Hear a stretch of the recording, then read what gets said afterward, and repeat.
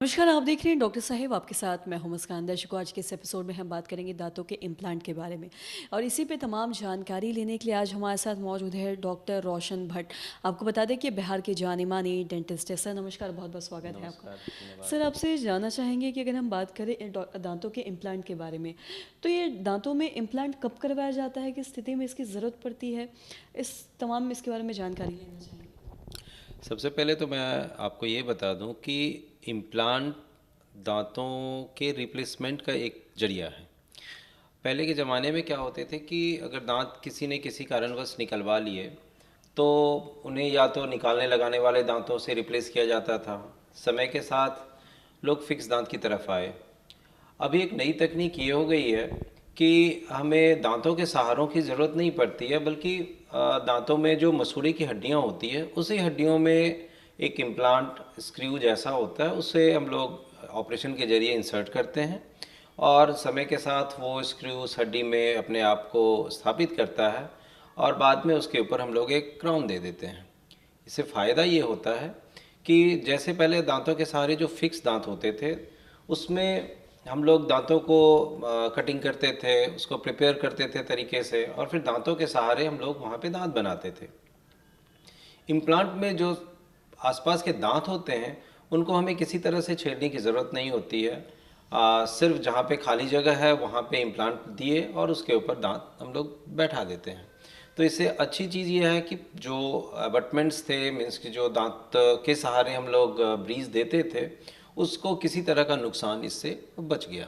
जी, और साथ ही अगर हम इम्प्लांट के बारे में बात करें, जैसा कि आपने बताया कि ये एक तरह से रिप्लेसमेंट का भी काम करता है, तो अगर हम बात करें रिप्लेसमेंट की, तो दांतों में रिप्लेसमेंट की ज़रूरत कब पड़ती है?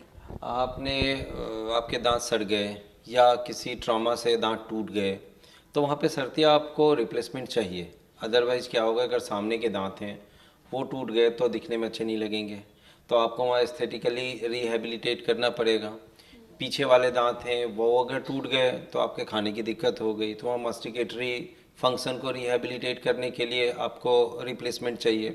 तो कहीं भी रिप्लेसमेंट के लिए पहले अगर फिक्स दांत की अगर सिर्फ बात करें तो आसपास के दांतों के सहारों की वजह से हम वहाँ पे ब्रिज दे पाते थे। अब ये नई तकनीक है कि अगर पीछे भी दांत नहीं है हमारे तो वैसी स्थिति में ब्रिज नहीं दे पाते थे। तो यहाँ पे इम्प्लांट के आ जाने से अच्छी चीज़ ये हुई कि अगर मेरे एकदम आखिर में दांत नहीं है जिससे हम सहारा ले सकते थे, वो नहीं होने के बावजूद भी हम फिक्स दांत दे सकते हैं।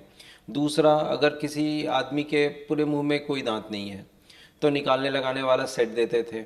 अब इम्प्लांट के आ जाने से उन लोगों के लिए भी एक ये वरदान हो गया कि वो फिक्स दांत अपने मुंह में लगा सकते हैं। उनके पास भी ये सुविधाएं हैं कि वो फिक्स दांत की तरह पूरी तरीके से खाने का या अपने जो रोज़मर्रा की ज़िंदगी है उसको वो अच्छे से जी सकते हैं।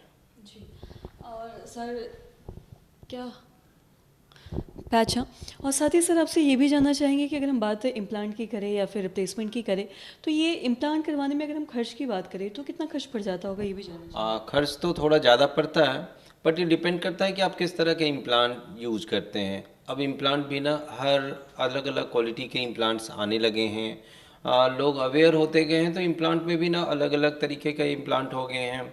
कुछ मीडियम रेंज के हैं, कुछ सस्ते हैं, कुछ बहुत बढ़िया हैं।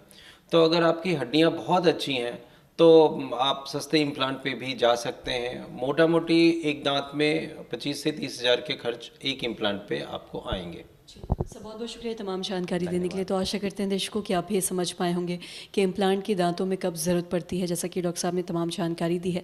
तो आशा करते हैं जो तमाम जानकारी है आपके लिए लाभदायक रही। तो आज की इस वीडियो में इतना ही। अगर आपने अब तक हमारे चैनल को सब्सक्राइब नहीं किया तो तुरंत कर ले, साथ ही हमारे फेसबुक पेज को लाइक करें। वीडियो देखने के लिए आपका धन्यवाद।